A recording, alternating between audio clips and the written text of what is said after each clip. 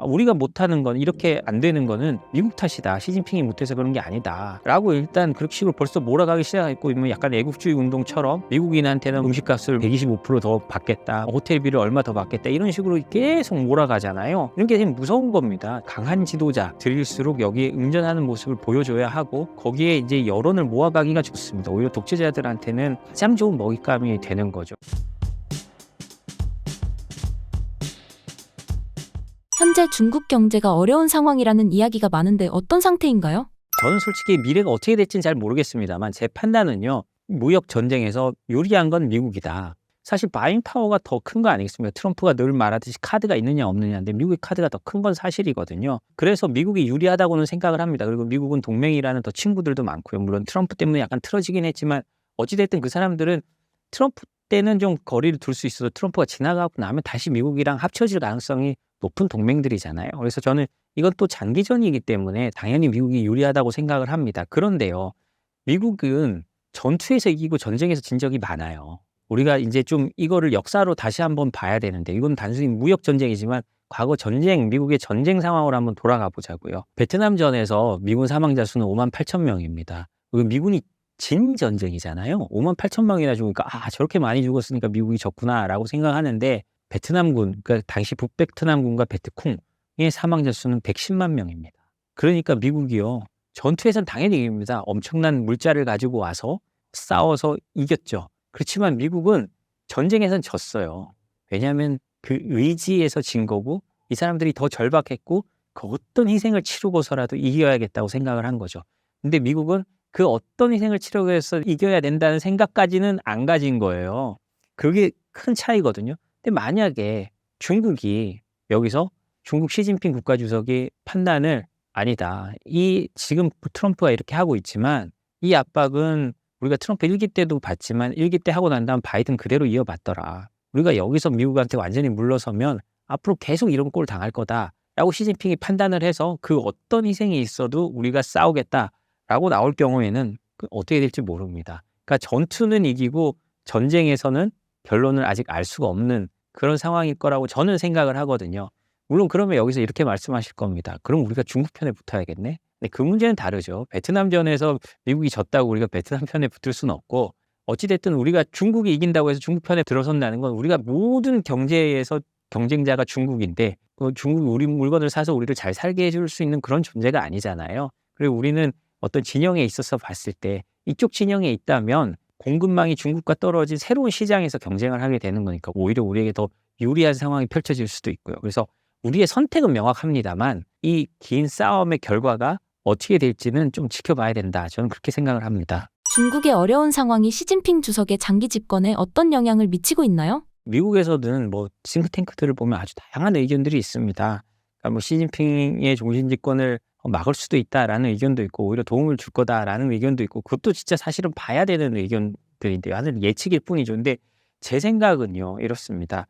트럼프 매직이라고 있는데요. 트럼프가 때린 국가의 지도자들은 인기가 다 올라갑니다. 젤렌스키도 그랬고요. 예를 들자면 캐나다 지금 집권 여당이 그렇죠. 완전히 망해갔다가 다시 트럼프가 하도 때리니까 살아났습니다. 그래서 이번에 총선에 이길 거다라는 얘기까지가 나오는데요. 그것 때문에 트루도 총리가 물러났는데 트루도 총리 나가고 나서 카니 총리가 들어오고 워낙 이제 트럼프 대통령이 무슨 51번째 주니 어쩌고저쩌고 하니까 집권 여당이 바닥을 쳤다가 이제 다시 올라가 버렸어요. 그런 것처럼 그리고 중국에서는요. 이미 이걸 관영 매체나 이런 데서 다 이용하기 시작했습니다. 우리가 못하는 건 이렇게 안 되는 거는 미국 탓이다. 시진핑이 못해서 그런 게 아니다. 라고 일단 그런 식으로 벌써 몰아가기 시작했고 약간 애국주의 운동처럼 미국인한테는 음식값을 125%더 받겠다. 호텔비를 얼마 더 받겠다. 이런 식으로 계속 몰아가잖아요. 이런 게 되게 무서운 겁니다. 저는 개인적으로는 생각하면요. 이렇게 외부적 압력이 들어오면 강한 지도자들일수록 여기에 응전하는 모습을 보여줘야 하고 거기에 이제 여론을 모아가기가 좋습니다. 오히려 독재자들한테는 가장 좋은 먹잇감이 되는 거죠. 저는 그래서 이게 무슨 어떤 시진핑 국가주석의 지지 기반을 아주 크게 흔들 거다라고 생각하지는 않고요. 오히려 시진핑 주석은 화장실에서 웃고 있지 않을까라고 생각을 하고 이걸 어떻게 관리하면서 나갈까가 그 사람의 머릿속에 있을 거라고 생각합니다. 그리고 실제로 중국의 미국에 대한 수출 규모가 GDP 한 2.5% 정도 된다고 하는데요. 그 정도면 중국이 뭐 다른 부분의 수출을 돌리고 경기 부양을 위해 지원금 같은 걸 풀면 어느 정도는 커버가 가능하다라는 기사도 나오고 있으니까요. 일단 그런 식으로 트럼프 4년을 버티려 할 가능성도 저는 충분히 있다고 봅니다. 그래서 미국이 오히려 풀려고 할 때 시진핑이 뒤로 빼면서 이걸 어떻게 할지를 뭐 생각하는 그런 구도가 나올 수도 있다고 생각을 합니다. 트럼프 1기 때 제임스 매티스 전 국방장관이 늘 읽으라고 하는 책이 있는데 그게 책이 뭐냐면 이런 전쟁이란 책입니다. 그 책의 주제는 뭐냐? 전쟁은 의지의 대결이라고 하고 있어요. 군사나 이런 건 뭐 당연히 중요하지만 그래도 의지가 강한 놈이 이긴다라는 겁니다. 그래서 우리가 이 의지의 문제를 할 때 뭐 미국이 진짜 의지를 가지고 막 예를 들면 나치와 싸울 때처럼 한다면 하겠지만 그게 아닐 경우에는 미국 사람들의 의지가 좀 떨어집니다. 왜냐? 그 책에도 일정 부분 나오고 뭐 다른 여러 가지는 나오는데 전쟁의 포로로 잡히면요. 미군이 제일 빨리 죽는다고 해요. 이 사람들은 이 자유가 속박되고 이런 상황에서 의지를 가장 빨리 꺾여버리는 게 미군이라고 합니다. 웃기죠. 그래서 뭐 중국인이나 뭐 한국 사람이나 북한군은 포로로 잡혀도 그렇게 쉽게 안 죽는데 미군들은 빨리 죽는다고 해요. 그게 뭐 어느 정도까지인지는 모르겠지만 그런 것처럼 미국의 가장 큰 단점은 민주주의 사회고 2년마다 한 번씩 선거를 해야 된다는 중간선거 대선이 있다는 게 미국의 단점일 수 있겠죠. 그래서 제가 뭐 예전에 어떤 고위 탈북자한테 얘기를 들었는데 그 탈북자가 이렇게 말하는 거예요. 전 세계에서 협상을 제일 잘하는 사람이 누구냐라고 하는 거예요. 그래서 모르겠습니다라고 했더니 그 사람이 김정은이야라고 하는 거예요. 왜 그러냐고 물었더니요. 제가 아니 뭐 김정은 하는 것도 없는데요. 이렇게 그분은 이제 그런 협상을 만드는 걸 본 사람이니까요. 북한은 50년을 바라보고 협상을 한다는 겁니다. 50년을 바라보고 왕조 사회니까 50년을 바라보고 하고 저쪽이 할 때 약간 움직였다가 다시 원래 계절대로 가고 1, 2년 늦으면 어때요? 그냥 맞춰주면서 자신들의 생각대로 나가는 거예요. 지금 북한 핵 개발을 보면 딱 그런 게 떠오르잖아요. 완전 포기할 듯 하면서 계속 이어와서 여기까지 왔잖아요. 결국 자기들의 목적을 달성했지 않습니까? 근데 뭐 시진핑 같으면 그 길이가 북한보다는 짧겠지만 트럼프보다는 훨씬 길 거거든요. 그래서 협상이란 걸 할 때 그러면 우위에 누가 있느냐? 제 생각에는 트럼프 대통령이 아무리 협상의 달인이라도 협상의 어떤 위치에 있어서 카드는 트럼프가 많이 들고 있지만 더 끈질기게 칠 수 있는 쪽은 시진핑일 것 같다는 생각이 듭니다. 꼭 유리하다고 해서 승리할 수는 없습니다. 그러면 아프가니스탄에서 미국이 저렇게 오랫동안 고생하진 않았겠죠. 중국이 미국의 압박을 이겨내고 결국 승리할 가능성도 있을까요?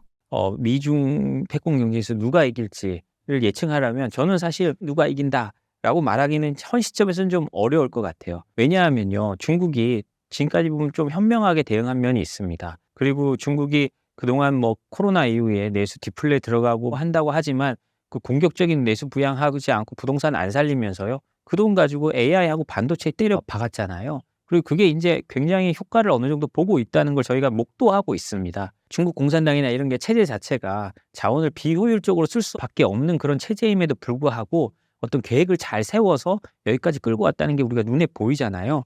그렇기 때문에 이 전쟁은 오래갈 전쟁이고 우리가 뭐 10년, 20년 안에 결론이 난다고 말할 수는 없을 겁니다. 그래서 정말 21세기 넘어서까지 쭉 가는 경쟁 체제라고 하면 이 끝에 누가 이길지는 정말 저는 알 수는 없다고 생각을 합니다만 제 개인적으로 베팅을 하라면 미국 이긴다에 한 7 정도를 하고 싶어요. 왜냐?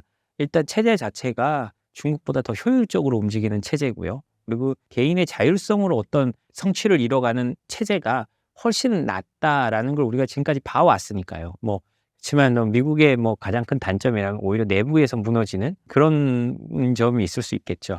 그래서 저는 이 어떤 체제 경쟁이나 어떤 기술 경쟁이라면 충분히 미국 쪽이 이길 가능성이 있지만 그럼에도 불구하고 지금 보면 중국이 워낙 큰 땅덩어리와 좋은 인력을 가지고 따라오는 게 눈에 보이니까요.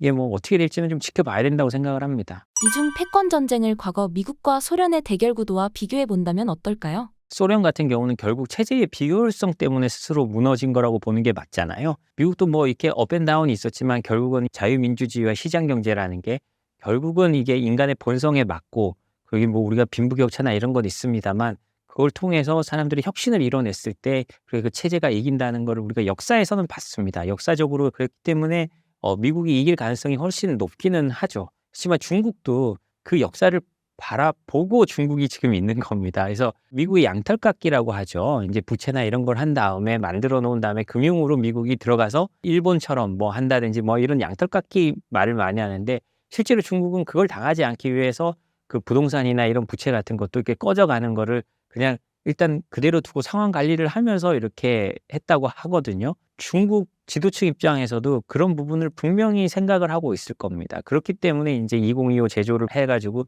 최첨단 쪽으로 그 자원들을 몰아서 넣은 거고요. 그래서 저는 지금까지 미국이 봐왔던 적들보다는 소련이란 적보다도 미국 스스로도 말하자면 중국은 지금까지 본 어떤 적보다도 강하다라고 미국 내에서 나온 것처럼 미국이 봤던 그 어떤 적보다도 중국이 강합니다. 그리고 가장 좀 다른 점은 당시 냉전은 서로 경쟁하면서도 충돌이 뭐 있으면 뭐 쿠바 미사일 위기나 이런 충돌이 있을 뻔했지만 충돌을 하지 않은 게 실제로 공급망으로 크게 엮여 있지가 않았습니다. 아예 분리된 세계였거든요. 그렇기 때문에 서로 그래 너 그렇게 살아. 뭐 핵으로 우리만 공격하지 마. 뭐 이런 식으로 하면서 체제 경쟁을 했던 반면 중국은 너무나 모든 면에서 엮여 있습니다. 양쪽에서 그 공급망부터 시작해서 지금 하는 게 엮여 있기 때문에 그걸 인제 과거 소련처럼까지는 아니겠지만 그 충돌 지점을 최소화하고 자신들의 체제 우위를 지키기 위해서 인제 공급망 분리 작업에 들어가는 거잖아요. 그래서 그만큼 이 또 중국과의 체제 경쟁은 소련 때보다도 더 고통스러운 과정이 될 수 있습니다. 우리같이 인제 좀 중간에 낀 나라들일수록 좀 더 고통스러울 수 있겠죠. 그런 부분은 저희가 쪼끔 생각하고 봐야 될 것 같습니다.